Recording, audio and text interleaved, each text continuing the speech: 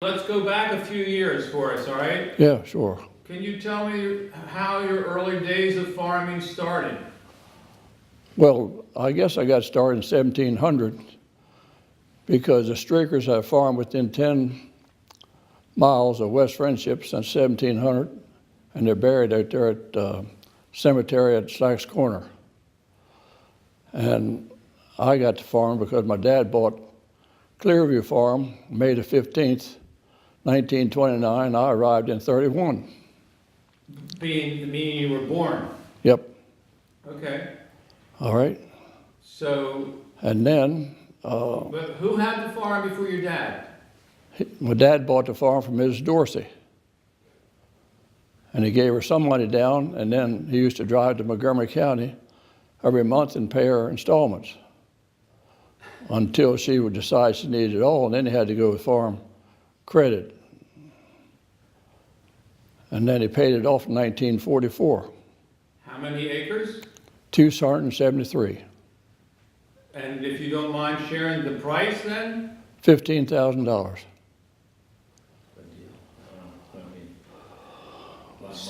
So then, from what I'm hearing so far, it sounds like you grew up on the farm? I live in the same house I was born upstairs in. There was no electric in the house, no running water. And my mother told my father that we'd have no more kids until we had electric in the house. So my brother's 5 years younger than I am, born in 1936. And we had 35 amp watt in the house, a single light in the center of each room. And we finally got running water from a spring house up there at the same time. When your dad bought the farm, and by the way, can you tell me his full name? His full name was Howard Franklin Streaker.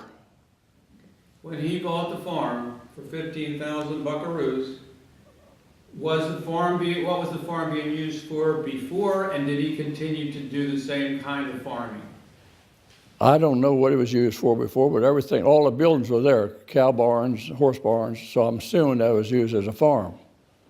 And my father had started farming at Jim Moxley's place for 2 or 3 years before he moved before he bought where he's at now, where he was at.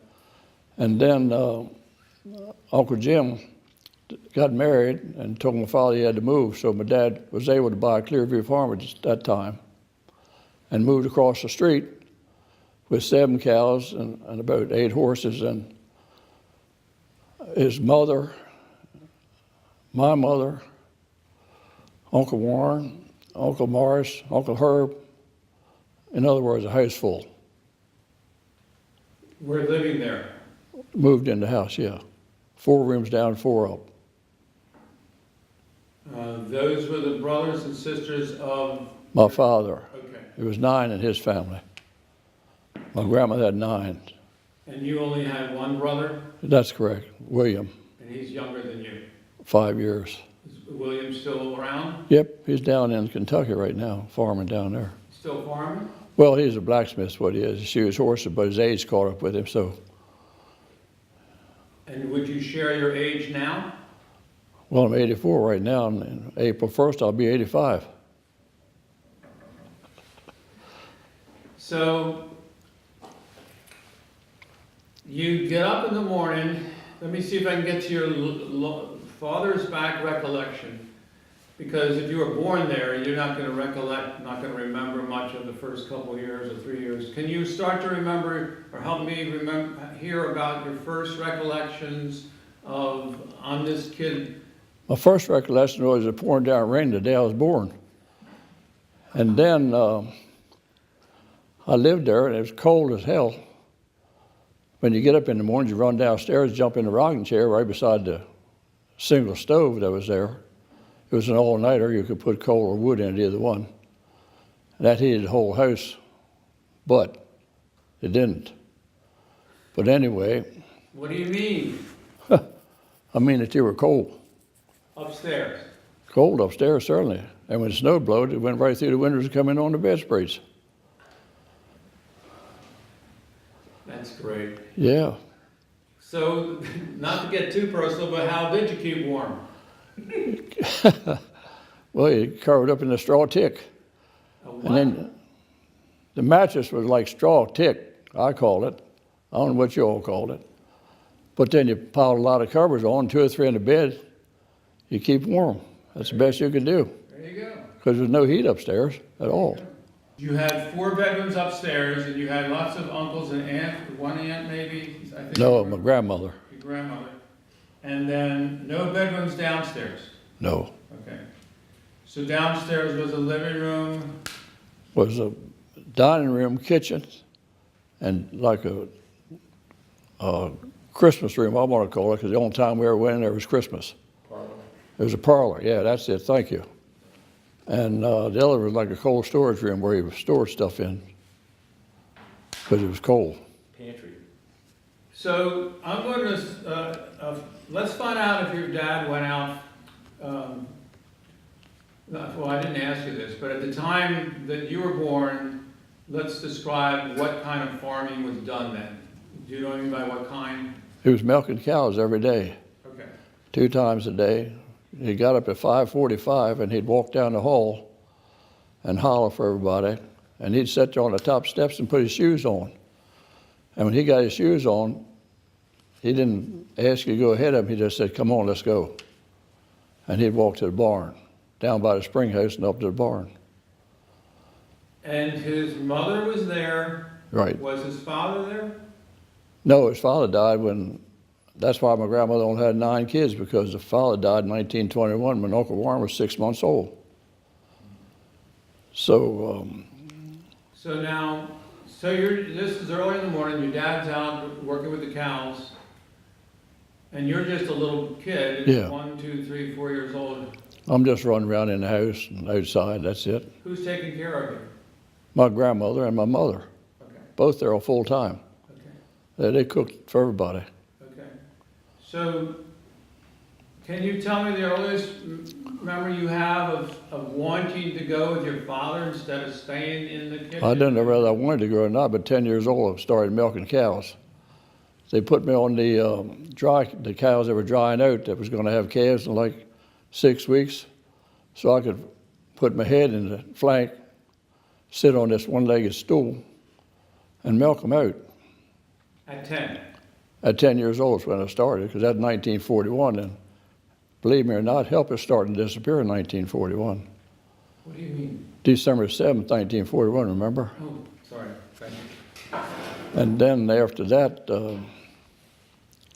I just kept on at the barn. And you go to school at the same time.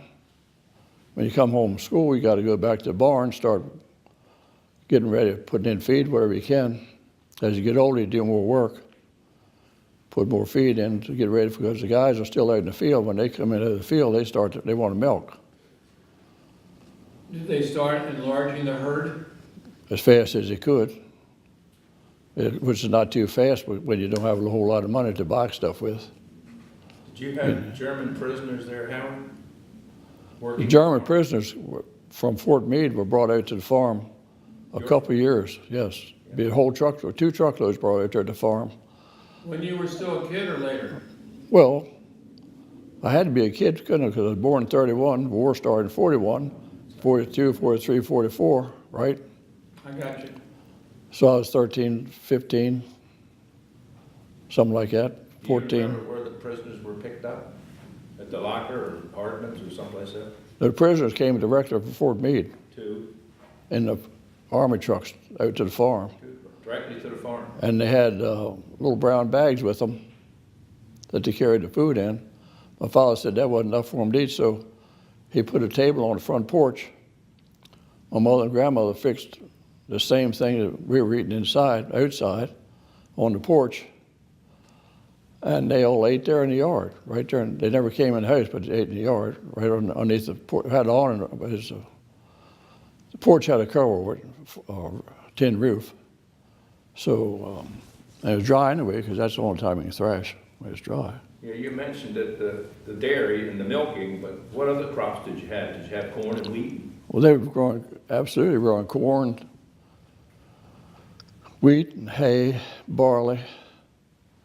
And I might throw out that the wheat crop, when he sold the wheat, he could pay the taxes. And he had the straw left over, the bed and everything, the horses and the cows, all the rest of the year. Do you remember who did your thrashing? Mr. Elmer Mullix had the thrash machine and a baler hooked right to it, the back of it, and he'd bring it into the farm. Every year, we'd be the first ones to get thrashed each year because we were on the list all the time. And before the prisoners of war got there, there'd be about 25 people helping to thrash. And my mother and grandmother fed them all in that spare room I was telling you about. They would set up tables in there so they could eat in there. And at 11:30, I had to go to the spring house, pick up a bucket of water and a tin cup and carry it out in the field so we could water down so much, maybe they wouldn't eat quite as much. You know, if you all took a big drink of water, they might not be wanting to eat so much, but that never worked. They could eat a lot. Yeah, describe where your water came from. Water came from a spring. Did you have a pump at all? No, there's no pump there. Well, the pump was there after we got electric, we could pump. But the spring ran into a dairy where you cooled the milk. It had troughs that ran all the way around, the square troughs went all the way straight around, and they had a 5-gallon size, 7-gallon size, a 10-gallon size. And that's how you cooled. You went in there and you run a dipper down into it and sloshed it around so the water cooled on. And then when you got finished there, and it was time for the truck to come down the road, why, you loaded it on the cart, went around the bottom, out the red gate, right there at the mailbox, to the place where we put the milk cans. Let me go back, Howard, to, I'm kind of more curious about, tell me about the mentoring process. Was it you and your dad, or you and, well, I guess it was the only adult on the farm at the time you were a kid was your dad? Oldest guy? He would be the oldest. Yeah. Right. He was born 1901. But I mean, so when it was time for you to learn farming, it was between you and your dad? No, I just grew up with it. Well, I don't. You started looking out the window and you walked out there and you saw that and you... Well, from the time I was 10 years old, I started in the field because I was driving 2 horses to a hay rake to rake hay while they were putting it on with the hay loader and hauling it down to the barn and putting it in the barn with a hay pickup thing, carrying it up the top barn and dropping it off, and 2 guys would spread it. So I don't know if I got any experience with it or not. It just evolved because I worked in it. Well, like in a lot of jobs, people like to get advancements. You know, like I've been done this long for you and I'd like to go to the next level. Did you ever have that kind of experience happen? Absolutely, I got plenty of advances. I got a quarter, 25 cents a week. And my father came in the house one evening. I had the radio on trying to listen to Lone Ranger at 5:45, and he wanted the news. So I turned it back to the Lone Ranger. He said, well, that's cost you 15 cents. I only got a dime that week. Is that the kind of raise you want to know I got? Was your grandfather influence in your life? My grandfather showed up and moved in with us. So it was my great-grandfather, my grandmother, my father, and myself. And the rest of them, my mother, you know. And So what did you learn from your grandfather? he sat at the kitchen stove all the time. And he chewed tobacco, and he had a can down here on the floor. Spittoon. Spittoon, well, there was a can. So you opened the door and started in. He'd pick that up, put it back down. Why don't you get your grandmother to turn the wood before you come in?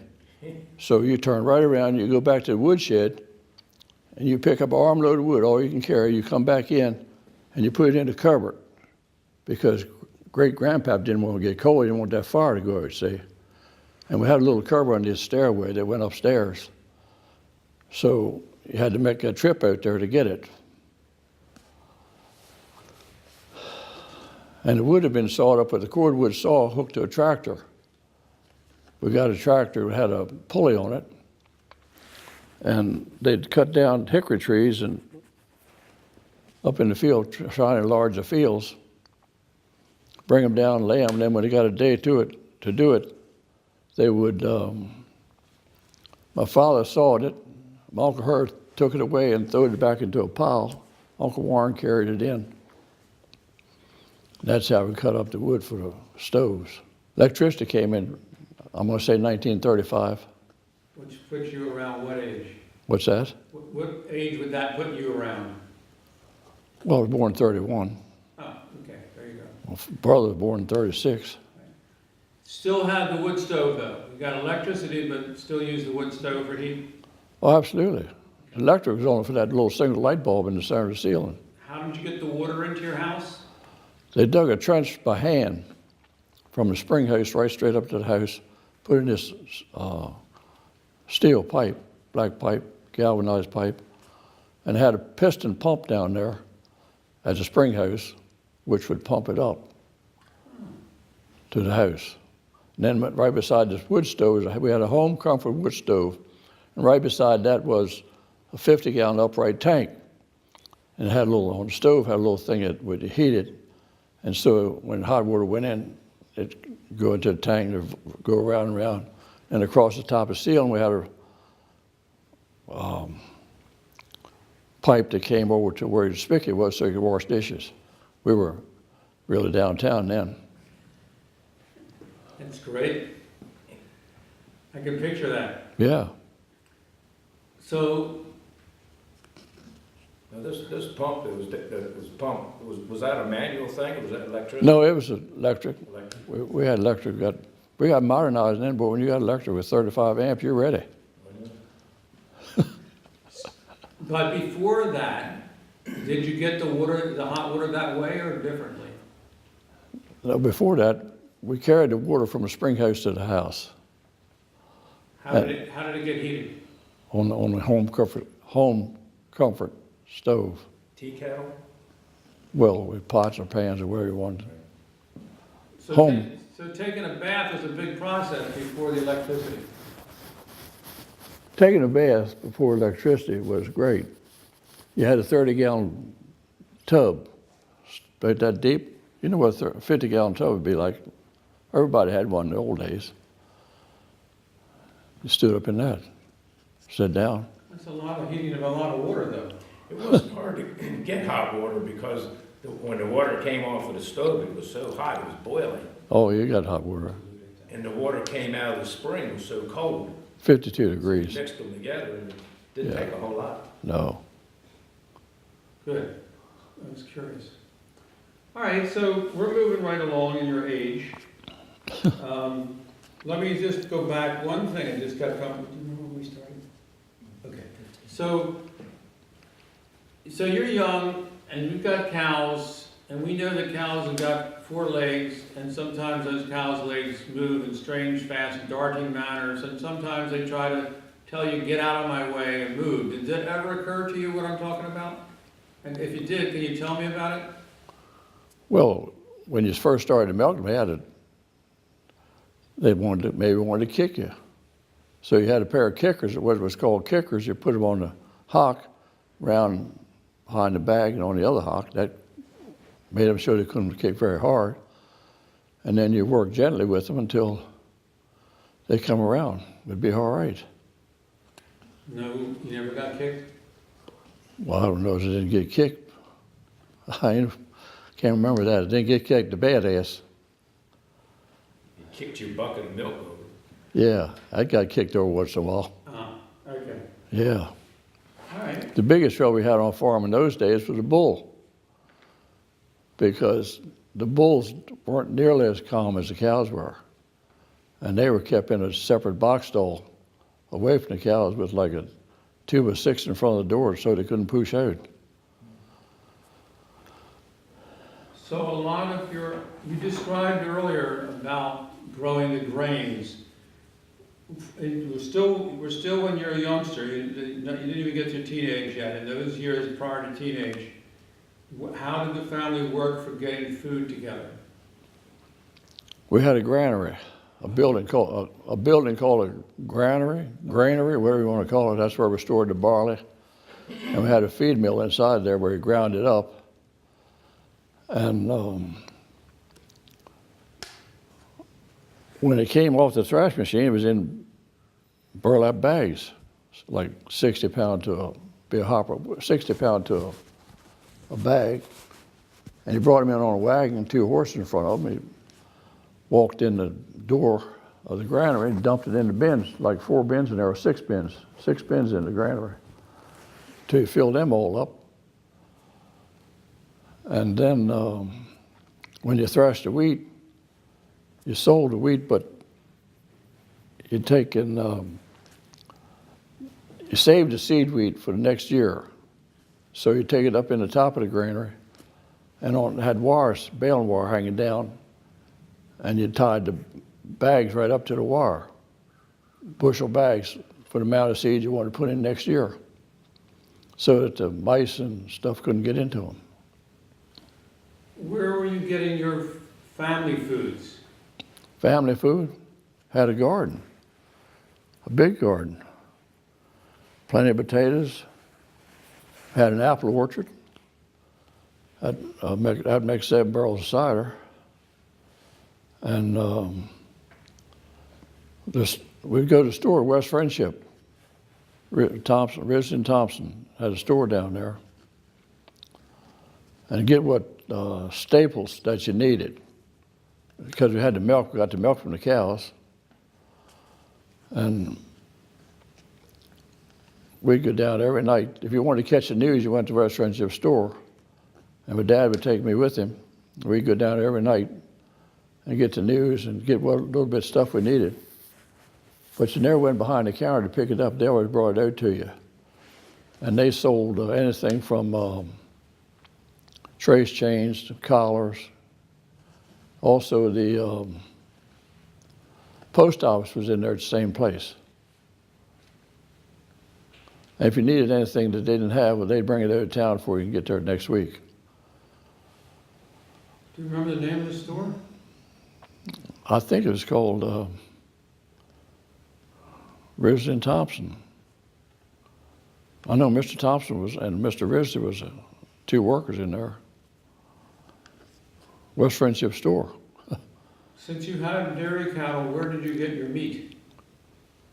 Butchered meat. Butcher a cow. Yourselves? Yeah. Did you have hogs? We had 7 or 8 hogs in the hog pen, and we fed them out, and we butchered all of them.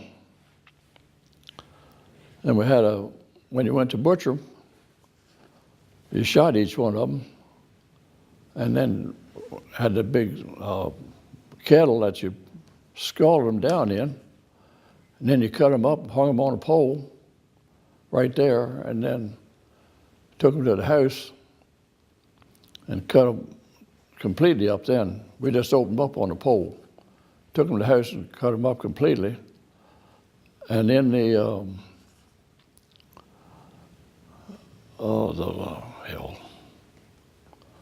we had a smokehouse, log smokehouse. It had a door about 5 feet high and no chimney out of it. The smoke went up to the top and come back down out the eaves. And we had 50-gallon drums in there, wooden barrels. My dad would pack the bacon in that, salt it down, and then hang some of the hams up in the top so it smoked all the hams. And my grandma and my mother would take the pork chops and I don't know what they did to them, boil them down or whatever you want to call it, and we jarred them. And let's see, what else did we do? Well, they made all those stuff. Now, tell me we've talked about a lot of different chores and a lot of different activities on the farm, and you're describing it, and I'd like to know how much of that you actually participated and helped in. I thought I told you, I worked in everything, I did. Oh, okay, including this kind of process too, that's what I mean. I was right there. Gotcha. When Roy Cook would come down, when we got the pigs, Roy Cook would come down. He was working next door from A and B, which owned the farm next. He'd come down with his razor blade. I sat on the pigs and held both hind feet while he cut them. That's how I was involved in that part of it. And the other part of it, I was carrying stuff, doing, you got to bring wood to the fire or keep it going, water and whatever you can do. I didn't actually do any of the cutting up because we had Mr. Jim Hudson's father did all the cutting up right next door to Howard County Fairgrounds now. It's west of the Howard County Fairgrounds, it joins it. And it's right straight across where Peppercorn Road dead ends on 144. Your lifestyle is fascinating in those days. Did you use hit and miss engines for anything on your farm? Did I do what? Hit and miss engines. The hit and miss. No. You didn't use those? We bought a couple of them when the kids got older, when my boys got older. They bought a couple, but they just sat around, we never used them. No. Because you had electricity by 1935, you said. So Yeah. hit and miss engines weren't that relevant if No. you had electricity. We did everything manual, So staying in the years before electricity, you only became 4 or 5, is that correct? And then you said that, and so then once you got the electricity, I forgot to tell you, we had a 2-hole roadside. I'm sorry, what? I forgot to tell you, we had a 2-hole roadside Outhouse. That's what I thought. toilet, Outhouse. outhouse. Well, that sounds Two like the holes. Two luxury people. model. Yeah, yes. It wasn't hidden And- ever either, was it? And Sears and Roebuck catalog or Montgomery Ward catalog was a great thing to have out there. You can always read it. What- No what- other uses for it, just read it. Whatever was left of it, you read, the pages that were left. And hopefully you got one every few months. What's that? Catalog? Catalog. Catalogs are pretty thick, Ah, real thick. that's a good story. All right, so electricity came in, and a lot of new opportunities came about. And I guess one of the important things I'm interested in is they made these talking devices in those days. Made what? Talking devices where you could pick up a handle, put it against your ear, and communicate somewhere else. Do you remember when that started happening, meaning the arrival of your first phone? I don't know exactly when the first phone arrived, but I do remember that our phone number was 7F11, and my aunt, Go ahead. 2 of my aunts, Aunt Lillian and Aunt Ruth, they had 7F12 and 7F13. There was a party line, and when you cranked it a certain way, you knew exactly who was calling you. And my dad never talked on the phone. He sat on the steps. If he had to call somebody, he sat on the steps, tell my mother what to say. My mother would answer the phone or call up like for the veterinary to come to the house or something like that. He never picked the phone up to call anybody. In those early days, just around electricity started happening, and you then started to become Howard, the great farmhand. Your dad and grandfather were using various tools to work with the cattle in the dairy process. Can you describe any of those tools that they used in the process? And the tools you're talking about? Uh-huh. My grandfather never worked there. I told you my grandfather died. Okay. My father's father died. My mother's father, was a carpenter. And he did come over to the farm one year and rebuilt the bottom on one of the horse barns, on the horse barn. And my dad changed one of the pieces on it, and he charged me an extra $600 to make the change. Now, as far as the equipment goes, what did you remember back, what did you mow your fields, the hay with? We Horse mowed- drawn? Most of the hay got mowed down after supper with two teams of horses. My father drove one team, Abe Bennett drove the other team, and had two. You didn't have a tractor yet. We had a tractor, but it wasn't. It was a steel-wheeled International. So this would have been late 30s? Well, that's how they mowed all the hay from the time Yeah. he started until, So you had a horse-drawn mower that was pulled by two horses? correct, International, with a Sickle bar mower. sickle bar mower, two sickle bar mowers mowing all the time. And then what kind of a rake did you use to get Had the a s- hay? Had a four-wheel side delivery rake, International side delivery rake. I think you mentioned you had a dump rake, They had a dump rake too. The first, which is older. yeah, that was older. We had that first. And then we got a hay loader that had ropes that ran it up with, but that didn't last too long. They came in with another one in 46 or 45, a nice one that was all metal, and picked it up like that and pushed up onto the wagon. And I tell you what, it was damn good hay that came up there because it'd give you a hernia every time if you weren't careful. Yeah. Because it was green, heavy, and you got to pull it. It only dropped it into the back part of the wagon, or you got to get it to the front part. I'll tell you one thing, I'd worked harder by the time I was 17 and I have since, as far as hard work. Now, I assume you plowed the fields and disked them, and then you had to plant the grain. Did you have a grain drill to put the seed down, or did you broadcast it? Abe and my father plowed the field. They had like a 30-acre field. It took them 30 days to plow it. We had one, it was a single bottom plow, but they plowed it and plowed it over, and then you hooked up the horses to the drag and drug it down. It was a homemade wooden drag, and then you had a spring-tooth harrow, and you hooked 4 horses to that and harrowed the field till they got them smooth. Then we had a grain drill. That was I think it was in Ontario.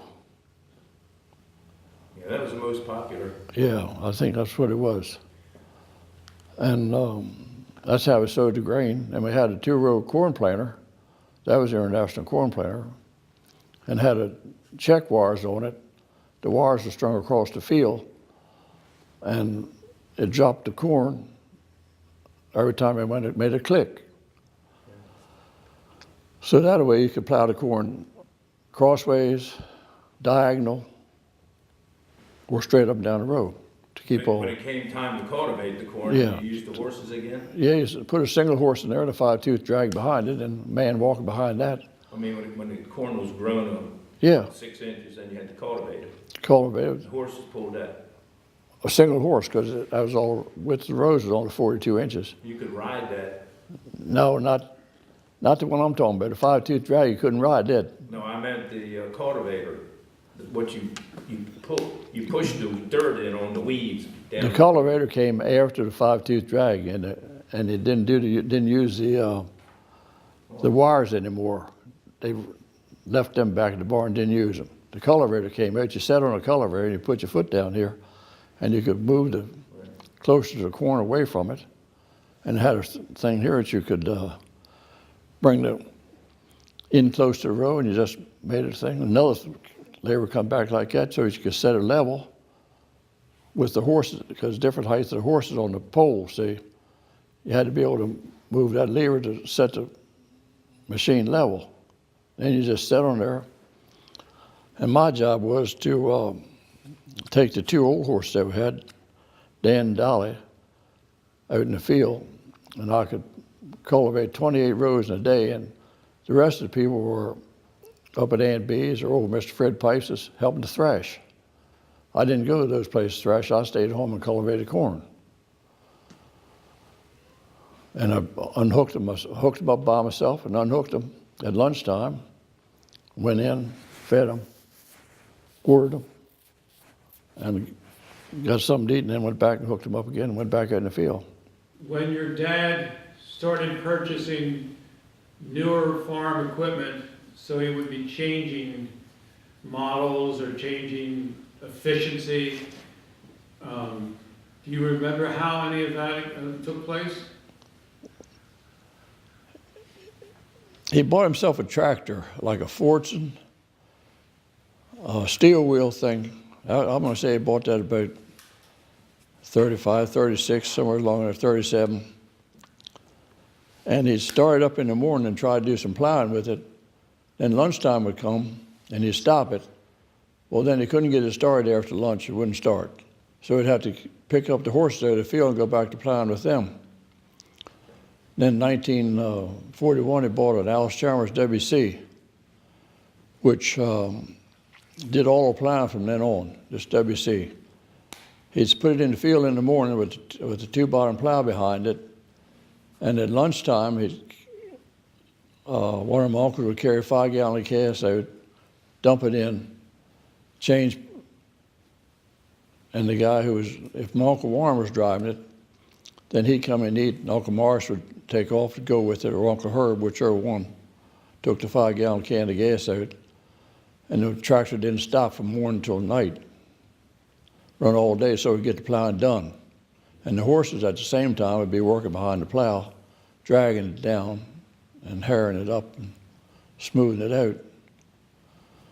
And also when they got that new model WC Alice Chalmers, why, this is during the war, no help, right? My father asked my mother to drive the tractor hooked up to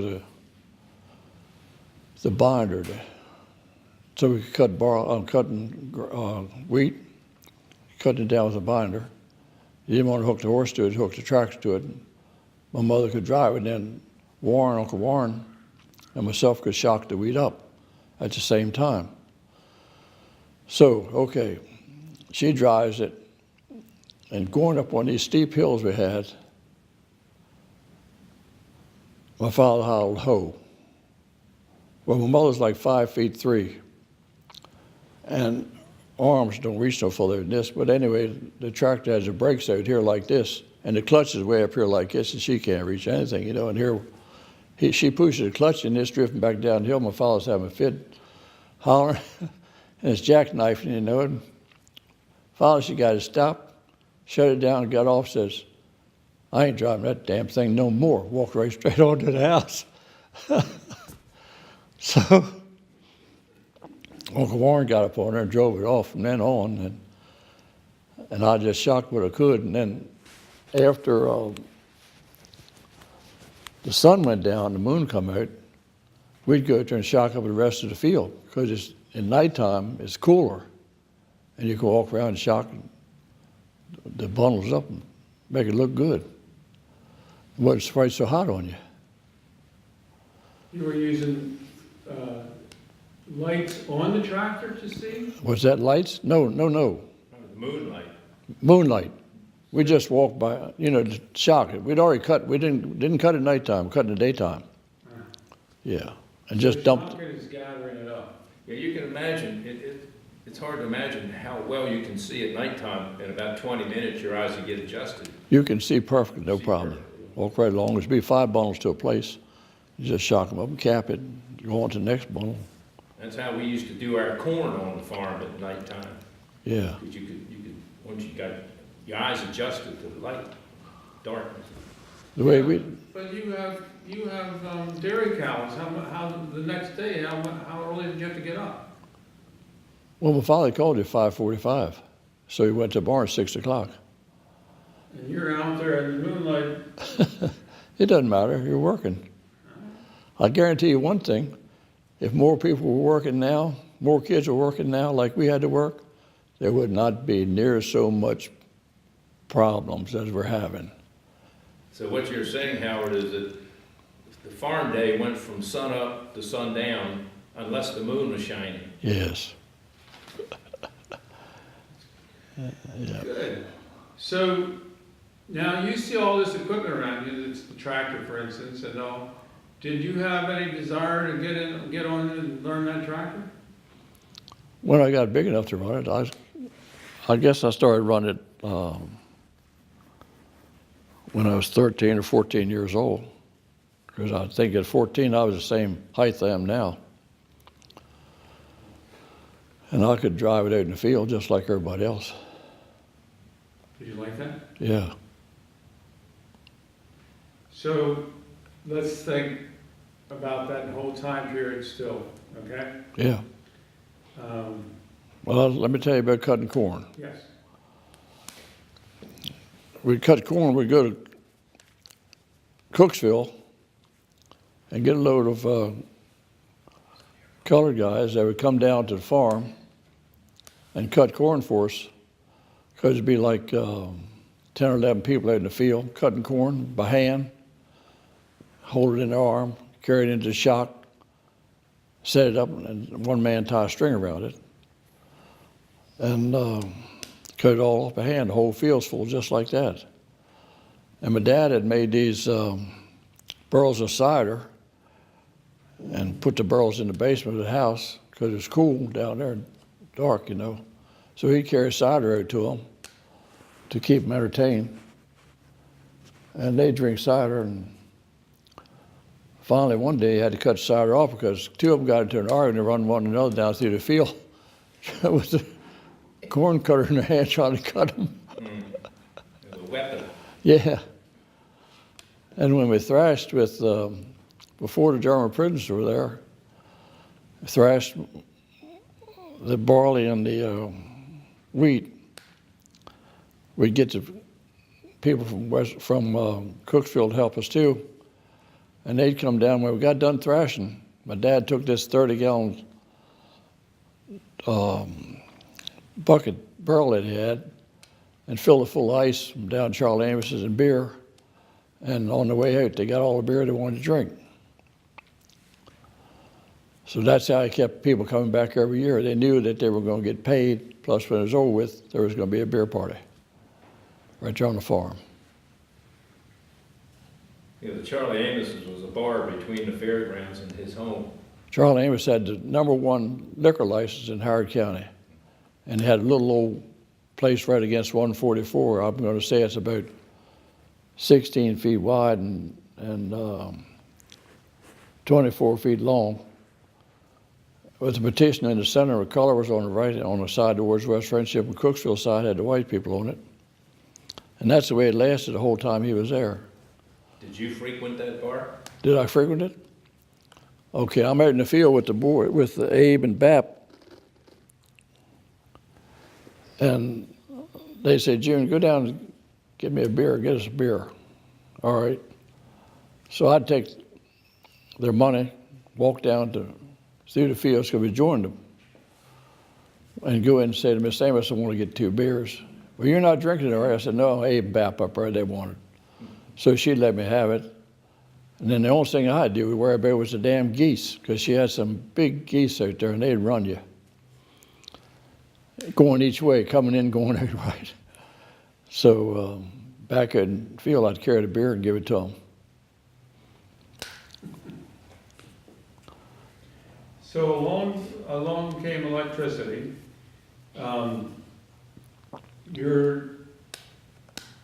Was there any resistance to electricity, or was in the families, did they have to get a special setup for electricity? No, there was no resistance to it. We wanted it. They went up as soon as they went up 144, we had it brought in. We were like 600 feet off our house, like 600 feet off the 144. So we run it up 3 poles. 3 poles brought it up when they went into the house. Do you remember your first refrigerator and what model it was? First You had refrigerator. electricity, you had to have a refrigerator. We got a refrigerator, that's right. I don't remember what it was, but I do remember a deep freeze we got was called a Victor. And that deep freeze was huge. It was bigger than that table right there. It was flat down. And we run that thing I should be still running now because I believe it'll still be running. It never went bad, it just worked perfect. Now, some of the farms, before they had electricity and they wanted frozen foods, they used Ledbetter's frozen food locker down at St. John's Lane. But if you had the freezer that early, you didn't use that facility, did you? My dad put money into the Ledbetter's freezer down there and he lost it all. Where was your school? My school was West Friendship School where I started. And to regress backwards, my dad and 2 horses received $5 a day, and he dug the basement out for West Friendship School with 2 horses and a scoop run by hand. And then that was the school you went to? That was before I went to school down there. Yes, I'd I be- mean, that's the one you attended. That's the one I After your dad attended. helped build it. Yeah, Great.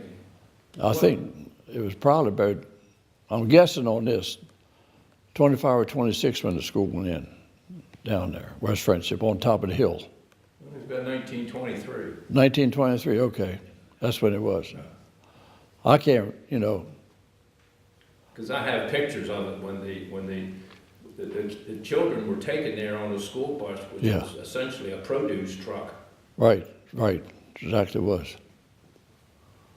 And so how did you get to the school On a school bus. bus? There was 4 school buses that ran into West Friendship when I went. That was it, 4 I of them. remember you had to pay, your parents had to pay a token, so much money. I don't know about It that. wasn't a county function then or something. Yeah, I can't answer that question for you. Then after West Friendship School, where did you go? Lisbon, High school? yeah. You made it through high school? I made it through high school and 1 year into college. And at that time, my dad got ill with the brain tumor. So I had to stop college and come back and go to work full time. On the farm. Yeah, on the farm. And your dad didn't make it? My dad had 7 brain tumors in the first part of his skull right here. And every 2 years he had to be operated on, every 2 years. So he made it 14 years. And the last time we operated on him was 1963 down in Baltimore. And the doctor came out, and he came back out of the operation fine. He's laying there in the bed. My mother's down there, my Aunt B and Miss Mary and myself.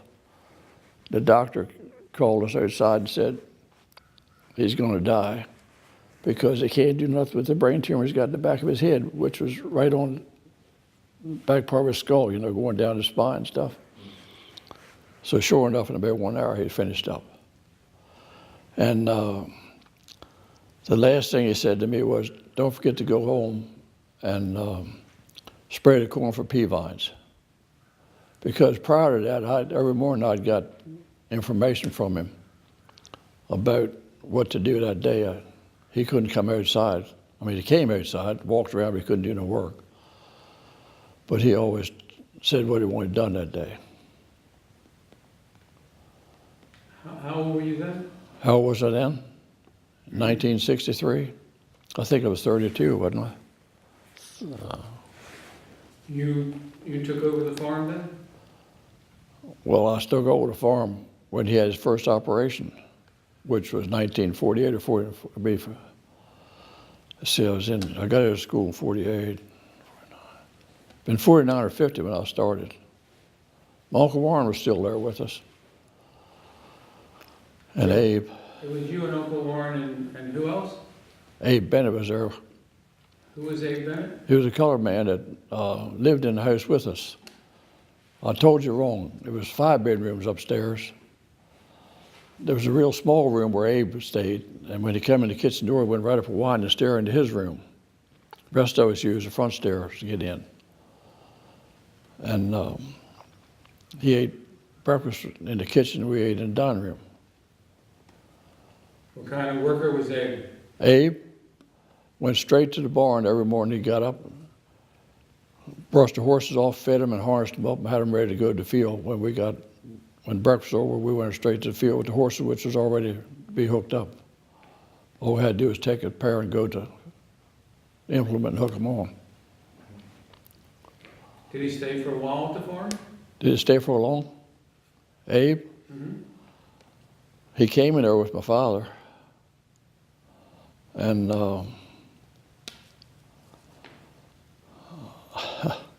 I was at least 5 years old, my oldest boy. I can't remember when Abe died. Anyway, I carried him over to his cousin's house. He said, I won't be back, June. Because he was too old to work, right? But he helped, doing what he could do, but at that point in time, he was finished. And he didn't last too long after that. Did you get a new farmhand? No. Well, let's see. Uncle Herb went to work with A&B, next farm up, when the war started. I got a new farmhand when Uncle Warren got married. Donald, can't think of Donald's last name now, to help milk cows work. Damn, I knew him well. Just can't remember his last name at the moment. That's okay. It'll come to me. Anyway, he helped do the farm work then. And then Gerald helped. Gerald got I can't think of Gerald's last name. He got a job at Howard County Fair working over, and he helped farm too, part-time. So after your dad passed on, you kept the farm going. What were your plans at that point? You were going to just do what's been going on every season for the farm, or did you decide to expand the farm in any way? No, I didn't expand it anyway. My dad was still alive in 1959, and I was doing all the work by myself, couldn't get any help at that moment. So I had a sale and sold all the cattle. So we bought some beef cattle from Mr. Billy Owens. We run beef cattle from then on. And my dad died in '63. And that fall, I went to a horse sale over there at Timonian, bought myself a stud horse, thoroughbred stud horse, brought him home, and started breeding mares in the springtime for people. And we ended up with 8 stud horses there, and I'd breed about 125 mares a year. And Darrell Risley would help me sometimes. He'd hold a mare sometime for me, and I handled a stud full time and bred all the mares. And Miss Mary helped me. We worked we did that from morning till lunchtime. Lunchtime we quit. We teased all the mares and bred the ones that were in season, bred them. And then her and I would get in the car and go to Cooksville, to Chick's place. We'd get a bite to eat. For like $2 a quarter, you get a full-course meal and something to drink. And when that didn't work, we'd go to Ernie's and get food up there. And then we'd come home the rest of the afternoon, work in the fields, do whatever had to be done, and then she'd fix supper. Who do you think helped you learn about deciding to raise the horses and to breed the horses? Who do you think influenced you for that? My dad brought me a pony when I was 6 months old. Led it right through the house with me on the back of it. Now, this pony, we kept it for a long time, and then we sold to a guy over in Montgomery County. And I was 30-some years old before the pony died, because I knew where it was stationed at. We used to go by there, going to Montgomery County. So there it was out in the field, you know. And I started riding I had a champion pony in Maryland in 1942, confirmation-wise. And then 1945, I was a champion rider in Maryland for kids. I wanted D. Stewart Gettings trophy. That was a thing that went on all year long, you know, D. Stewart Gettings class, and then had the championship at the end of the year. So Uncle Warren drove the truck and put the pony in the back. It was a farm truck, open top on it. We drove to the place where they had it, and had over in Baltimore County, where the rescue place is now. I can't think of the name of it at the moment. And you had to ride your horse, walk, trot, and carry, and then you had to jump. And then next thing the judge says was change horses. Well, they put me on H.O. Fryer's horse, which was no problem. He was like clockwork, and they put them on my pony. Well, my pony wasn't clockwork. She was thoroughbred crossed and fast as lightning. So I was able to win the class. Congratulations. Yeah, that's what I said to myself. And then we went down to Baltimore. They had a big to do down in Baltimore after, you know, within a month. We went down, my father and mother, Uncle Herb, and Aunt Dorothy, and went down to that thing where they showed a film of it. That's the reason why I asked you for a film of this when we get done. When you were younger, you had probably, did you have Sundays off? Sundays off? Mm-hmm. Yes, on Sundays. Some of my father's brothers would bring their family, and we'd have Sunday dinner or Sunday supper, you know, all together there. And we sat on the front porch rest of the time talking about what tractor was going to do and what they were doing on the farm. Each was farmers. Did you go to their homes on some Sundays? We went to their homes once a year, basically around Christmas time. Well, mostly they came to your farm. Yeah, they came to the farm. And then if they didn't come to the farm, the preacher came to the farm for dinner after he got done preaching. Because my father was he was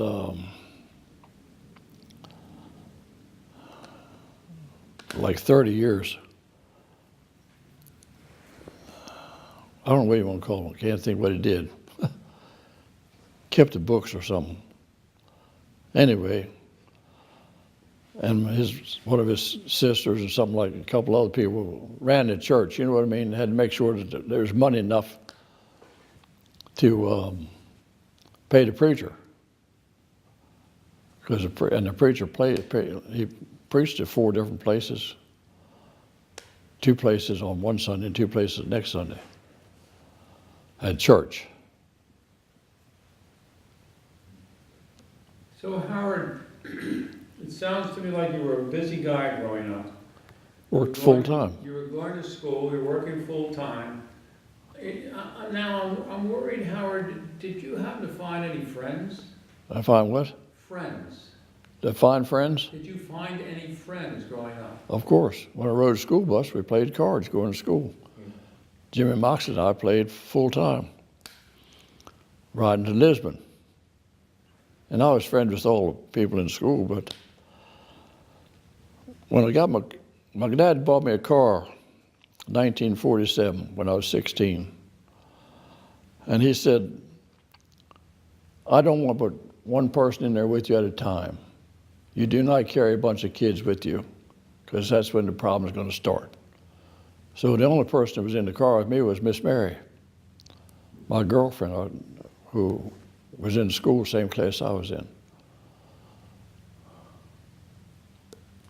So the guy on the bus you played cards with, was that actually your earliest friend? I'm trying to figure out who your earliest friend was when you were Oh, growing my up. earliest friend was Dorsey Risley, Bobby Newcomer, Lewis Risley. They were all in the same class I was in. Everybody at West Friendship was in the same, same neighborhood. My girlfriend was Ava Selby in the first grade. My girlfriend in the third grade was June Carroll. And that lasted until I got out of grade school. And then she went to Elk City. And I went to Clarksville one year. The first year of high school, I went to Clarksville because it didn't have any thing at Lisbon that taught you how to farm or anything like that. So I commuted over there. And then the second year, they got an agriculture teacher at Lisbon.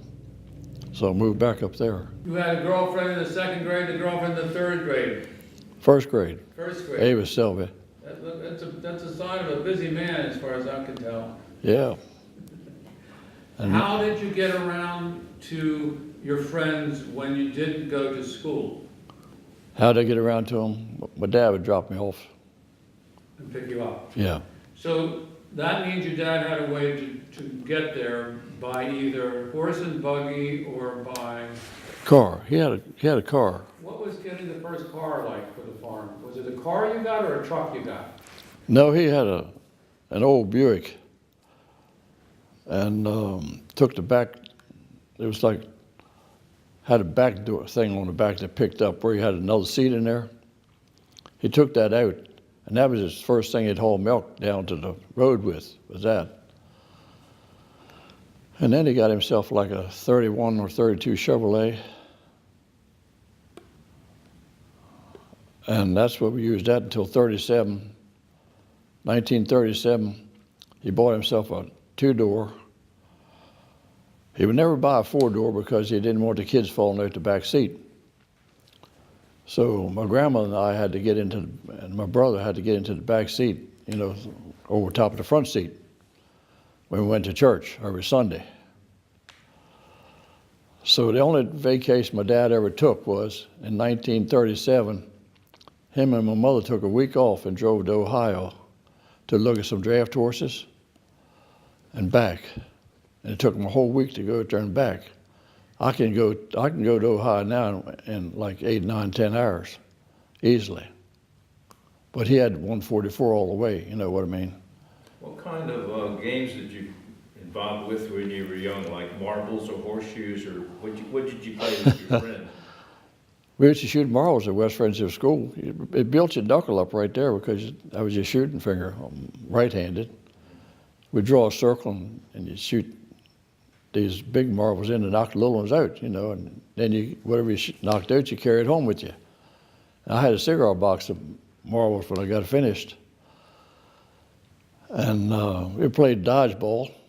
We stood in a circle and they just threw the ball and the people in the middle, when you got hit, you got rolled out. And then we had running broad jump, and we had a softball team. I had the running broad jump record when my youngest son went through high school. He got him to look it up, and I still had the record for it, 25 feet, 6 inches for running broad jump. And when we did the relay races, I won the 100-yard dash all the time because I could get it in 10 seconds or less, 100 yards. And then we did a 440 relay.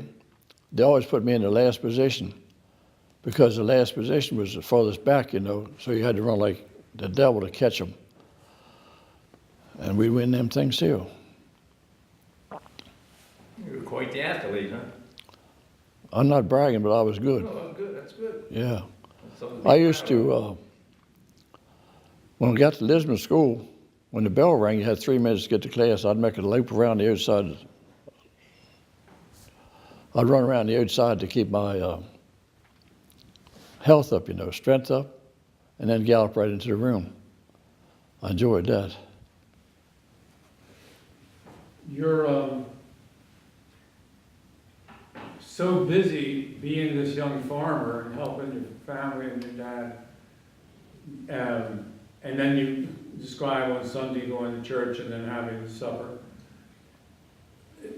Tell me about the sense of the community around you. How did that work then? The community was doing the same thing we were doing. Everybody was a farmer around me. There was nothing going on except farm work. And if you saw a car go down 144, you'd say to yourself, what's Mr. Oster doing going down the road this time of day? He should be working. Or, you recognize the people going down the road. And at 3:15, the airplane would come down to land down there in Baltimore, the passenger plane, at 3:15 every day. It would follow 144 down because it was easy for them to see. 144 is pretty straight if people get up in the air and take a look at it. So your dad, how would he keep track of other farmers and what they're doing? Go to West Friendship store. And they all come in there to get gasoline, in the cars or truck, wherever they had. Did he ever go up to that store in horse and buggy when you were really young? When I was young, we'd go to see my grandmother who lived at Glenelg. My grandmother, grandfather, my mother's father and mother, right? So we carried them over in the car. My dad and I would come back home, hook the horse and buggy up and drive over. And then we'd drive back, then go back in the car because my mother didn't want to drive in the horse and buggy. She wouldn't ride in there. So we'd get her over there. She could socialize with her parents. And when we could drive out, do what we wanted to do. I guess that's how I got on horses so much, And you talked about the West Friendship store. In that area, there was a soda bottling company. Do you remember it? Absolutely. Marcus was the guy's name. But there was a Chevrolet dealership down there too. No, I didn't. Yeah, there was. Before Marcus got it. And the soda was called Sunbow or Sunbow, yeah, I got some bottles at home. I remember you still good. Yeah. And he bottled out of that water, that stream right there. They come down through that's that on this side of 32. And 32 is a concrete road, like 12 feet wide. You can still see remnants of it on the southbound side if you look down that bottom there. They went to Glenelg. Were there ever any injuries on the farm? Yes. When my uncle Herb was taking wood away from the cordwood saw I was telling you about earlier, he'd come back and grab something like that, throw it around and come back like that. His hand hit that cordwood saw and it sawed right in here. So we all went in the kitchen, figuring he'd lost his hand. And we washed it off, and Grandmother looked at it and put some stuff on it and then took him to the doctor. But he didn't go that deep. It just bled profusely. But he was lucky. It didn't, cut the hand off, actually. And then another time, he was standing on the side of the car where he was coming into lunch. And he jumped up on and stood on the run board. Well, he slipped and fell off the run board and knocked himself out. And I see, that's about, well, when I was playing with Jimmy Hudson, when we were young, 5 or 6 years old, I was on one side of the tongue, on the wagon tongue, and he was on the other side. And Mom hollered that lunch was ready, so we dropped the tongue, and I fell over, cracked my collarbone, so I had to go to Ellicott City because the dentist's office was the only place that they had an x-ray machine that could check you out. It was cracked, so I walked around with my arm in a sling like that for a couple of days till it healed up. In the early days, when you were younger and a kid, somebody was the caretaker on the farm if you got hurt or injured. Who was that? Caretaker on the farm. Yeah, who would, Who patched you up? What's that? Who patched you up when somebody got hurt? Grandmother did most of the doctoring. I'm good. Yeah, I think so. Anything else you want to add? Oh, here's a good one. Now we can go and look back at all those years. What was your favorite piece of farm equipment to use? My favorite piece of farm equipment to use? Lousy. Well, the hay loader gave me 4 hernias. How about the binder or the hay loader? How about the binder? Was that fun? It's a job. It wasn't. What was unique about the binder was that, it Yeah. went both directions so you could get it down the road. Yeah, It was a lot of work. yeah. All right, did we narrow it down to your favorite? What was your favorite? I don't know what that would have been. Okay. Favorite farm piece. But the binder was really interesting, though, with the way it worked. Wasn't it? It's amazing how that guy McCormick could figure that needle and hook out, because it's still in business now on the big machines, The knotter. knotters. I Yeah, mean, we still use them here at the museum. yeah, I know you do. Binders. Yeah, You have kids. 2 What genders? 2 boys, 2 boys. Okay. So now here's 2 boys growing up. They find out their dad is this incredible farmer in his life, and they decide they want to do what? Well, they helped us with I was in the horse business when they got going, right? Because Howie was born in 58, and 55, and George born in 58.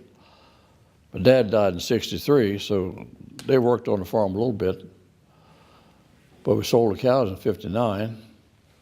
Well, you were a horse farmer. Yeah, so I went back to, So, but your kids, yeah. what did they get involved with? They were doing just like I used to do when I was little, except milk cows. They helped out in the field, do whatever they could do at that age, garden work. So it went to the next generation, huh? Yeah. And then when they got older, they started to blacktop work, did blacktop for people. Asphalt, yeah.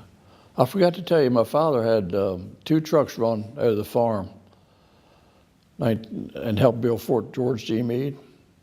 They left the farm every morning, drove to Fort George G. Meade, hauled lumber around so they could build those barracks down there, and came back home.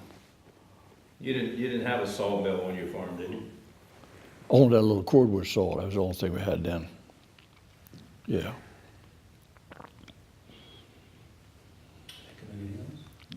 Then when I got into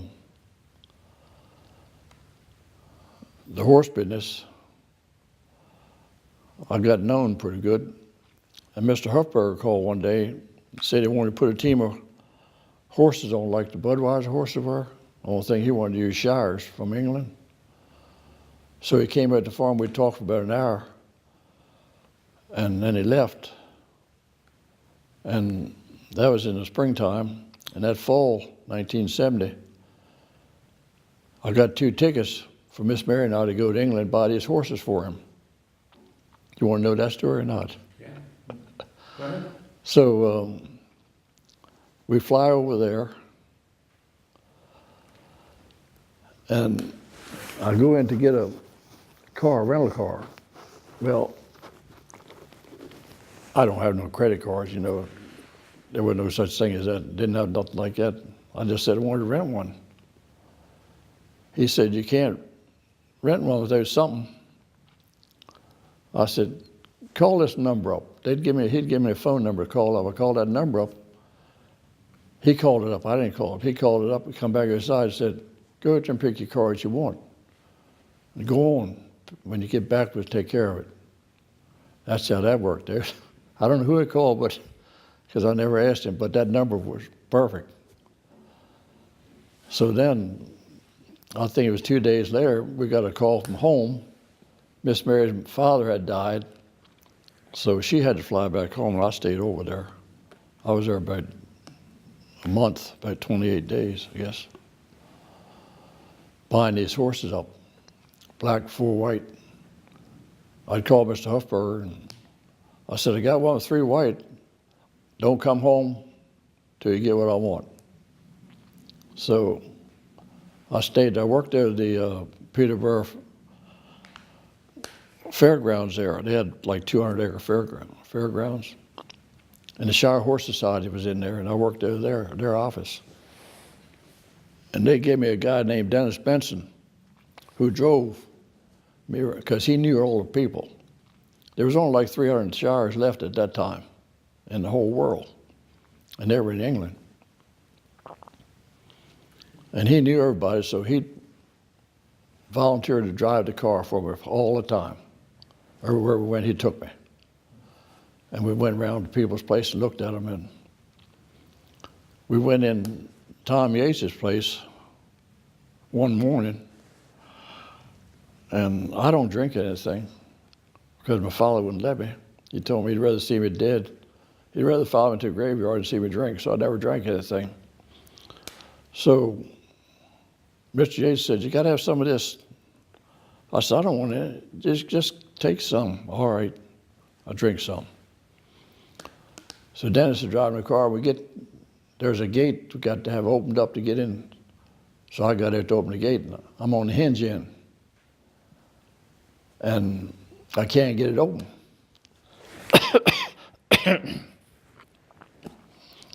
So he said, why don't you try the other end? That's where he opened this. So I got back, I opened it up, got back in the car. He said, I think we better eat before we look at any horses. I said, yeah, it'd be a good idea. There's a right end of the gate and the other and the wrong end. Yeah. Very good. Anyway. Terrific.